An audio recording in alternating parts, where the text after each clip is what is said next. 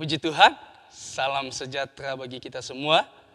Kita kembali berjumpa lagi di dalam program Berkat Pagi. Bapak Ibu yang dikasihi oleh Tuhan, pada saat yang indah ini, mari kita sama-sama merenungkan kebenaran firman Tuhan.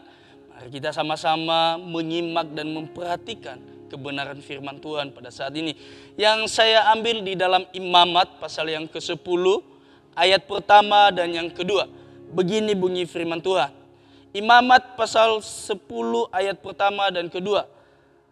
Kemudian anak-anak Harun, Nadab dan Abihu, masing-masing mengambil perbaharaannya, membumbu api ke dalamnya serta menaruh ukupan di atas api itu.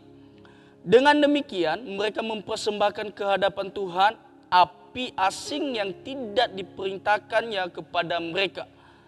Maka keluarlah api dari hadapan Tuhan, lalu menghanguskan keduanya sehingga mati di hadapan Tuhan. Puji Tuhan, haleluya.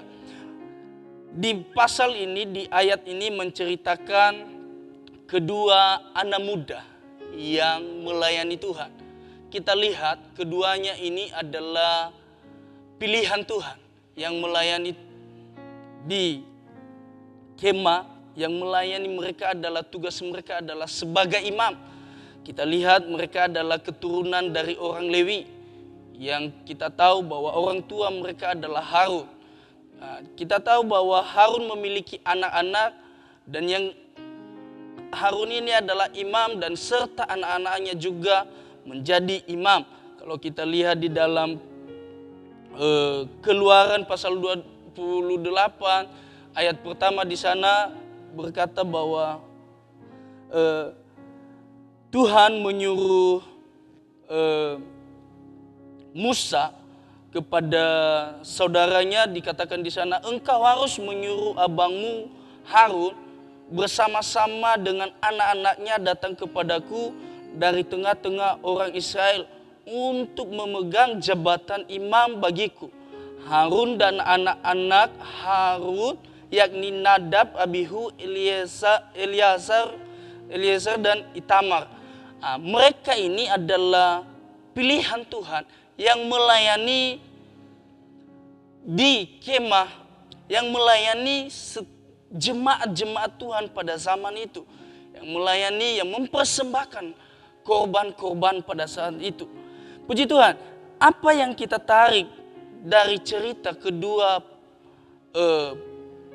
orang ini, pemuda ini, di mana kita lihat di sana bahwa mereka mati seketika, mereka mempersembahkan di sana ketika mereka melayani. Bapak Ibu yang dikasihi oleh Tuhan, apa yang kita tarik dari cerita ini bahwa kita tahu adalah orang ini adalah pilihan Tuhan. Orang ini adalah orang yang dipakai Tuhan.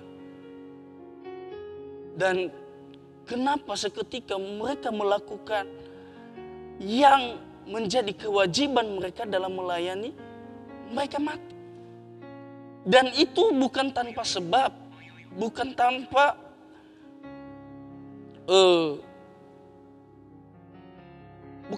sebab, tanpa ada masalah. Sehingga mereka mengalami kematian.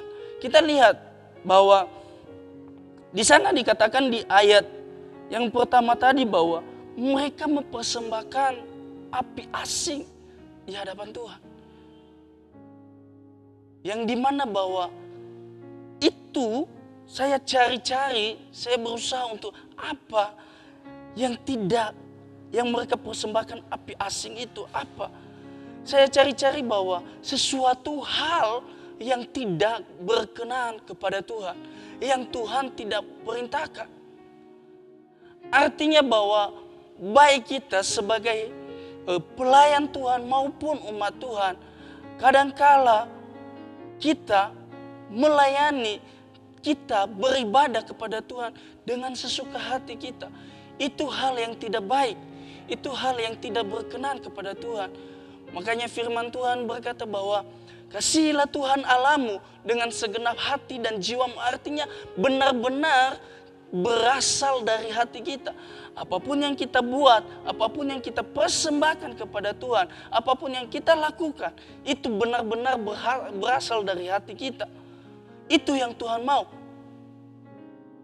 Kalau kita kembali, kita maju ke dalam perjanjian baru, bahwa persembahan yang sesungguhnya, firman Tuhan bilang bahwa seluruh tubuh ini, di dalam Roma, kalau kita lihat, di dalam Roma pasal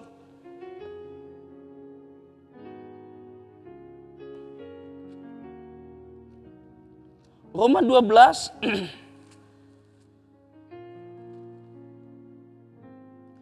pasal 12 ayat 1 dan kedua, firman Tuhan berkata di sana bahwa karena itu saudara-saudara, demikian kemurahan Allah untuk menasihatkan kamu supaya kamu mempersembahkan tubuhmu sebagai persembahan yang hidup, yang kudus dan yang berkenan kepada Allah. Itu adalah ibadahmu yang sejati. Yang Tuhan mau di sini bahwa persembahan yang sesungguhnya adalah persembahan yang kudus, yang benar-benar berasal dari hati kita. Ada banyak saya cari apa maksud dari api asing. Saya berusaha cari apa arti dari api asing ini. Artinya bahwa sesuatu yang kita bawa, yang Tuhan tidak kehendaki. Sesuatu hal-hal yang baru yang kita bawa, tetapi itu hal bukan yang Tuhan inginkan. Artinya cuman keinginan dan maunya kita aja. Maka dengan itu Bapak Ibu yang dikasih oleh Tuhan, yang Tuhan mau adalah yang benar-benar tulus dari hati kita. Bukan kita buat-buat. Di dalam perjanjian lama ada hal-hal yang sungguh-sungguh benar-benar Tuhan tegur. Ada hal-hal yang benar-benar kudus. Ada hal-hal yang benar-benar menghadap tata Tuhan. Tidak ada cacat celah sama sekali. Kembali bagaimana dengan kita? Bagaimana kita datang di hadapan Tuhan? Sekarang bukan imam lagi yang membawa kita, tetapi pribadi kita lewat dengan Tuhan Yesus telah memperdamaikan kita. Dan kita akan secara pribadi ketemu dengan Tuhan sendiri. Kembali kepada pribadi kita, bagaimana kita, hubungan kita dengan Tuhan.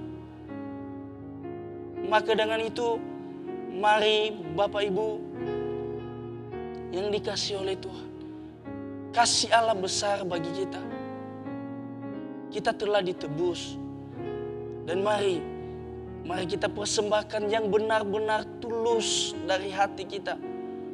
Bukan buah pemikiran kita, tetapi yang benar-benar kita persembahkan yang terbaik kepada Tuhan. Persembahan yang sejati adalah tubuh ini yang kudus dan berkenan kepada Tuhan. Maka dengan itu Bapak Ibu yang dikasih oleh Tuhan, mari kita sama-sama belajar bagaimana cara kita untuk memberikan yang sepenuhnya, yang terbaik untuk Tuhan.